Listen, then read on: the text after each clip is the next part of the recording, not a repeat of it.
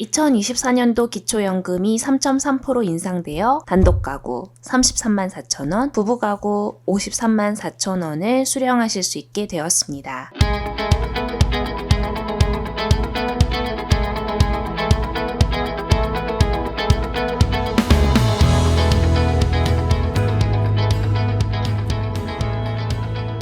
기초연금 변동 사항과 함께 기초연금 수급 자격에 대해서 함께 알아보도록 하겠습니다. 기초연금 수급 자격에는 4가지 요건이 있습니다. 만 65세 이상, 대한민국 국적자가 주민등록을 하고 국내에 거주하는 경우에 한하여 신청 자격을 부여하고 있습니다. 또한 직역연금, 즉 공무원연금, 사립학교 사학연금, 군인연금, 별정우체국 직원연금을 받지 않는 경우에 소득인정액이 기초연금 선정기준액 이하인 경우 기초연금을 받으실 수 있습니다. 기초연금을 신청할 때 기본 정보에 해당하는 가구 유형과 거주지에 따라 공제받을 수 있는 금액이 달라지게 되는데요. 우선 신청자의 배우자 나이가 만 65세 미만인 경우에도 소득과 재산 조사의 대상이 됩니다. 그래서 배우자의 금융정보 등 제공 동의서도 반드시 가지고 방문하셔야 합니다. 기초연금액을 산정할 때에는 국민연금을 받고 있지 않은 분 또는 국민연금 월 급여액이 48만 4,770원 이하인 경우, 또 국민연금의 유족연금이나 장애연금을 받고 계신 분, 국민기초생활보장 수급권자 장애인연금을 받고 계신 분 등은 기초연금의 기준연금액인 24년도 33만 4천원의 산정이 됩니다. 그러나 소득 수준에 따라서 또한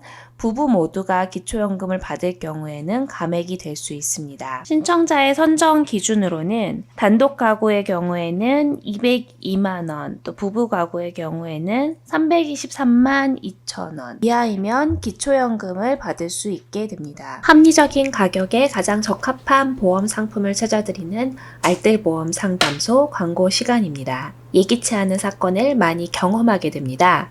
그럴 때 가정과 개인을 재정적 손실에서 보호하고 안정적인 생활을 이어갈 수 있도록 보조해주는 우상과 같은 수단이 바로 보험입니다.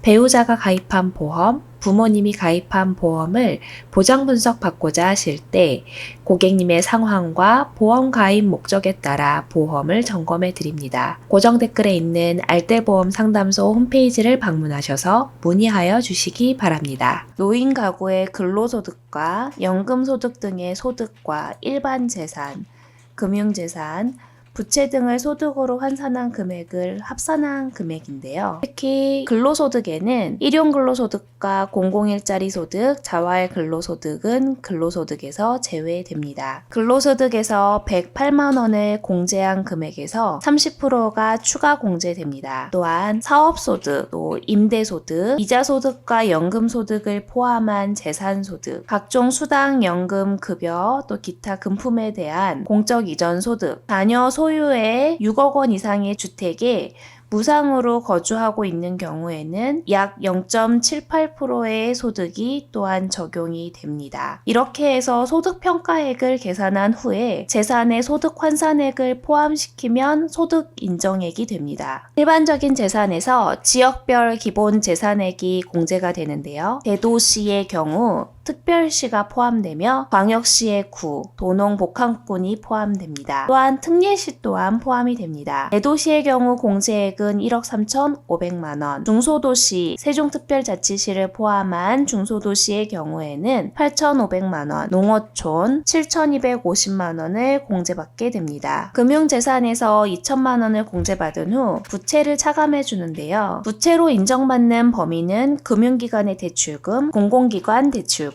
사채의 경우는 판결문에 결정이 포함되어 있거나 화해조정조사에 의한 사채가 인정이 됩니다. 추가로 3개월 이상 연체한 50만 원 이상의 신용카드 금액도 부채로 인정이 됩니다. 그러나 부채로 적용되기 어려운 부분은 연대보증인으로 표기된 경우는 부채로 인정받지 못하며 저당권이나 질권이 설정된 경우 담보 설정액이 아닌 실제 대출금을 부채로 산정합니다. 마이너스 대출이나 기업 대출 대출도 부채로 인정되기 어려우며 카드론 또 단기간의 어음 할인에 대한 대출 또한 인정되지 않습니다. 임대보증금을 부채로 인정해 주는데요. 추가적으로 시가표준액의 50% 범위 내에서 임대보증금을 부채로 인정합니다. 재산이 많게 인정되면 불리한 게 기초연금 소득에 대한 부분인데요. 고급 자동차 3000cc 이상 또는 4천만 원 이상의 경우는 그 가액 자체를 그대로 적용하게 됩니다. 또한 골프 회원권, 승마 회원권, 콘도미니엄 회원권, 종합체육시설 이용 회원권, 요트 회원권 또한 그 가액을 그대로 적용하게 됩니다. 2011년 7월 1일 이후 재산을 증여하셨거나 처분한 경우에 해당 재산의 가액에서 일부를 차담한 금액이 기타 재산으로 산정되어서 소득인정액 계산에서도 포함되게 됩니다. 그러나 부채상환금, 본인 또는 배우자의 의료비, 교육비, 장례비, 홀례비, 위자료 및 양육비 지급금은 기타재산 산정 시 차감하게 됩니다. 감액 기준은 두 가지가 있는데요. 부부 감액과 소득 역전 방지 감액이 있습니다. 단독 가구와 부부 가구 간의 생활비 차이를 감안하여서 부부가 모두 기초연금을 받는 경우에는 각각에 대하여 선정된 기초연금액의 20%를 감액합니다. 기초연금을 받는 사람과 못 받는 사람 간의 기초연금 수급으로 인해 발생하는 소득 역전을 최소화하기 위해서 소득 인정액과 기초연금액을 합한 금액의 선정 기준액의 차이만큼 감액하는 것이 소득 역전 방지 감액입니다. 연중 전국 읍면동 주민센터나 행정복지센터에서 신청하실 수 있으며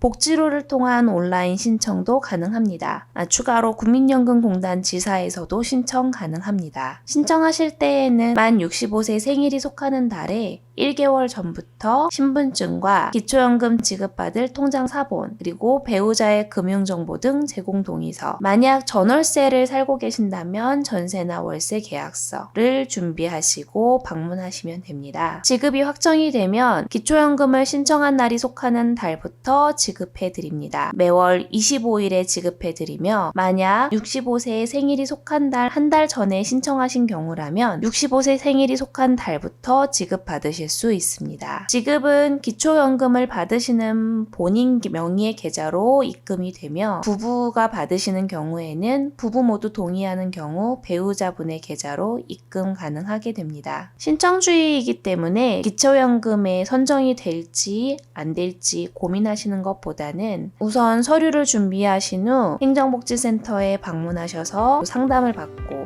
신청을 하셔서 조금이라도 혜택을 받으실 수 있다면 좋겠습니다. 오늘 영상도 도움이 되셨길 바랍니다. 감사합니다.